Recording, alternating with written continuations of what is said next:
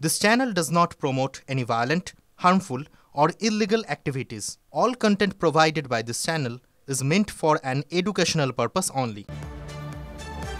শুধু তো একা তিনি নন, চট্টগ্রামে 70 জন হিন্দু আইনজীবীর নামে মামলা। এছাড়াও মামলা হয়েছে সব মিলিয়ে শতাধিক ব্যক্তির নামে, 114 জনের নামে।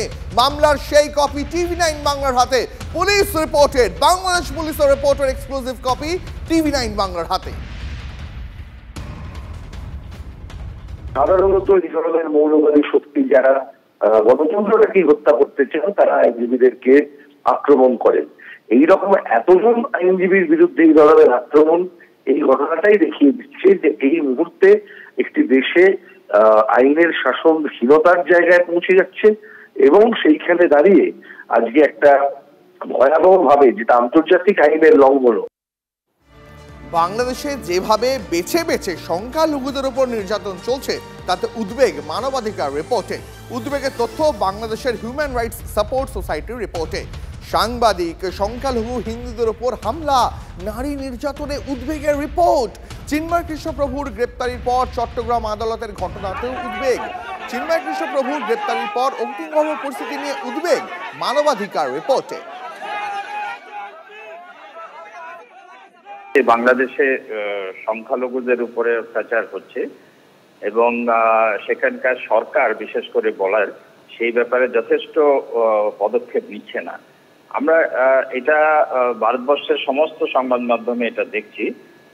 এটা যদি সত্যি ধরে নিই তাহলে আমরা এটাই অবশ্যই দাবি করব যে সেখানকার সরকার, তার দায়িত্ব হচ্ছে সেখানকার মানুষের জীবন, মান, মর্যাদা, সম্পত্তি সমস্ত রক্ষা করা। কাজে সরকারকে এ ব্যাপারে উপযুক্ত পদক্ষেপ নিতে হবে। এটাই হচ্ছে প্রথম গুরুত্বপূর্ণ কথা। দেখুন, একটা কথা আছে না বাংলায়, চোরের মায়ের বড় গলা। সংখ্যালঘু পিটিয়ে এবার ভারতের বিরুদ্ধে দোষারোপের চেষ্টা করছে বাংলাদেশ। আর সুর চড়াতে মৌলবাদীদের টার্গেট এবার ভারতীয় টেলিভিশন চ্যানেল। ভারতীয় টেলিভিশন চ্যানেলে সংখ্যালঘু নির্যাতনের ছবি সামনে আসতেই যখন আন্তর্জাতিক মঞ্চে বাংলাদেশে কোণঠাসা, তখন তারা কি উপায় বার করছে? তারা বলছে যে ভারতীয় চ্যানেলকে বরং নিষিদ্ধ করে দেওয়া হোক, তাহলে সেই ছবি দেখানোও যাবে না, আর আন্তর্জাতিক যে সমস্ত মঞ্চ রয়েছে সেখানে বাংলাদেশের মুখও পুরবে না। ঢাকা হাইকোর্টে এবার ভারতীয় টিভি চ্যানেল বন্ধের আর্জি জানিয়ে মামলা রুজু হলো। আজ সেই মামলার শুনানির সম্ভাবনা রয়েছে। আপনারা জানেন যে বাংলাদেশি চ্যানেলের থেকে অনেক বেশি জনপ্রিয় ভারতবর্ষের সমস্ত চ্যানেল। এবার সেই সব চ্যানেলকে বন্ধ করার জন্য ঢাকা হাইকোর্টে মামলা হলো।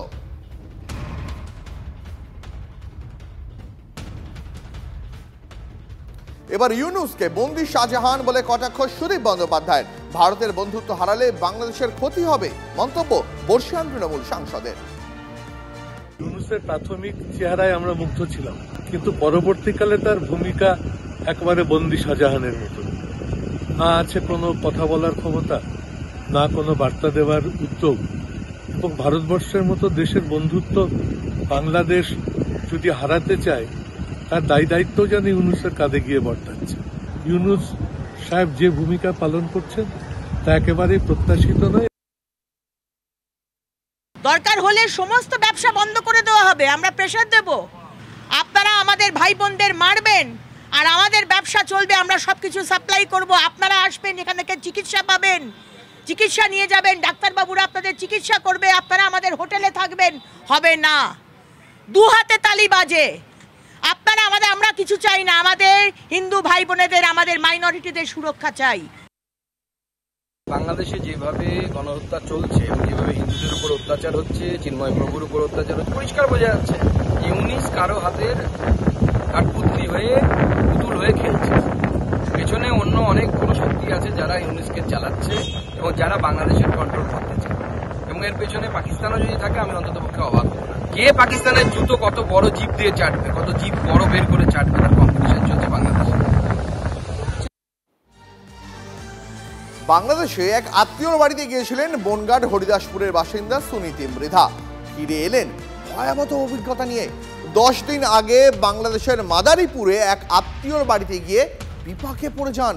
চারিদিকে শুধুই আতঙ্ক, রাতে বাইরে বেরোতে ভয় পান সবাই। TV9 বাংলাকে নিজের মুখেই সে কথা জানালেন সুনীতি মৃধা। এদেশে ফিরে এসে অবশেষে স্বস্তি পেয়েছেন। বনগাঁ থেকে নিজের আত্মীয় বাড়ি গেছিলেন বাংলাদেশে মাদারীপুর। সেখানে গিয়ে ভয়ঙ্কর অভিজ্ঞতার সম্মুখীন হন সুমিতা মৃধা। কি হয়েছিল? আমাকে একজনে বলে মুসলিমে যে তোমাদের রাজা ভারতে চলে গেছে, তোমরা এখন এই মুখের তোন কি আস্তে আস্তে 2-3 মাসের মধ্যে তোমরা নমঃশূদ্র যদি না যাচ্ছ ভারতে, তাই আমরা তোমাদের আস্থা রাখবো না। কি হচ্ছে ওখানকার মানুষের উপরে? ওরে বাবা, হে বলা যাবে না, বিশাল হামলা হচ্ছে। মানে ভালো ভালো বউকে মেয়েদের হেরা তুলগে নিতে চায়। কেন? নিয়ে কয় মানে মানে দর্শন করে। কারা করছে এরকম? মুসলিম, মানে জামাতের দল আর হইছে খালেদার দল। কি কি করছে? ওই হামলা করে, মার কাছে তা বাবার কাছে তা হের মেয়ে তুলগে নিয়ে যাচ্ছে, আবার ঘরে আগুন দিচ্ছে, আবার ওই যে করছে, ওই কয়ে তোদের এই জমি জমা আমরা দখল করব। কারা বলছে জমি দখল করে নেবে? জামাতের দল, খালেদা জিয়া, তারা বলছে হেই পার্টি। আপনি কি আতঙ্কে ছিলেন? হ্যাঁ। ওরে বাবা, তাকে আমি বলতে পারবো না, আপনাকে বুঝাইতে পারবো না। তারা তো দিনে যাইও ইধারে ওধারে যাচ্ছে, করছে, রাত হইলে হেদের খালি পরান এরুম করছে। কেন? ওই ছেলে দর্গে নিয়ে মারছে, মেয়েদের বউদের নিয়ে করছে। বিশাল আতঙ্ক, বিশাল। হেরা বিশাল আতঙ্ক রয়েছে। এখন হেরা বলছে, আমাকে বলছে, সুনীতি তুমি আমাদের জন্য জায়গা দেখো, আমরা চলে যাব। ওখানকার মানুষ কি চলে আসতে চাইছে? হ্যাঁ হ্যাঁ হ্যাঁ, ওই ভয়তে। এই সমস্ত বিষয় নিয়ে তিনি যা বলছেন সেটা ভয়ঙ্কর, এবং তাতে সাধারণ বাংলাদেশিরা ভারতবর্ষে চলে আসার জন্য উসফাস করছে, এমনটাই তিনি বলছেন। TV9 বাংলার জন্য সুকান্ত মণ্ডলের সঙ্গে দীপঙ্কর দাসের রিপোর্ট, পেট্রাপোল। দেখুন, ভারত থেকে রপ্তানি বন্ধ হলে বাংলাদেশের বিপুল পরিমাণ ক্ষতি হবে, এই কথা বলছেন ভারতে আসা বাংলাদেশিরাই।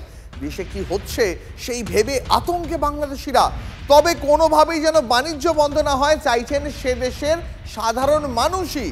তার কারণ আলু, পেঁয়াজ, চাল, ডাল সব ক্ষেত্রেই বাংলাদেশে ভারতের উপর নির্ভরশীল। তার সঙ্গে রয়েছে চিকিৎসা পরিষেবা। প্রত্যেক দিন হাজার হাজার বাংলাদেশি শুধুমাত্র চিকিৎসা নিতে এপারে আসেন। প্রত্যেক দিন অন্তত 500 ট্রাক খাবার ভর্তি খাদ্যশস্য নিয়ে ওপার বাংলায় রপ্তানি হয়। সেই সব যদি বন্ধ হয়ে যায় তাহলে বাংলাদেশে দিশেহারা হয়ে যাবে, শেষ হয়ে যাবে, কথা বলছেন এদেশে আসা বাংলাদেশি নাগরিকরাই। শুনুন তাদের কথা তাদের মুখে।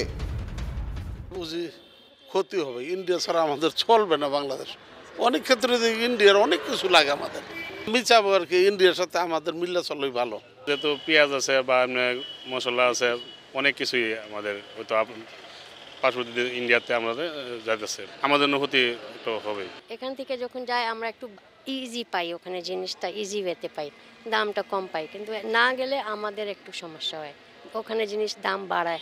ভালোই ক্ষতিগ্রস্ত হবে। যেরকম মনে করেন যে আমাদের পেঁয়াজ, আদা এগুলো একটু প্রবলেম হয়ে যাবে। দুই দেশের সাথে একটা বুঝ পরামর্শ করে সমাধান করে নেওয়াটাই ভালো মনে করতেছি। ইন্ডিয়া থেকে অনেক কিছু মালামাল যায়, এতে আমরা অনেক উপকৃতই হই। এক্ষেত্রে বাংলাদেশ ক্ষতিগ্রস্ত হবে। অবশেষে মহা সাসপেন্সের অবসান হলো। মহারাষ্ট্রের পরবর্তী মুখ্যমন্ত্রী হতে চলেছেন দেবেন্দ্র ফডনবিস। ফডনবিসকে পরবর্তী মুখ্যমন্ত্রী বেছে নিল বিজেপির কোর কমিটি। তার মানে 11 দিনের মহা সাসপেন্সের ইতি। আগামীকালই শপথ দিচ্ছেন ফডনবিস।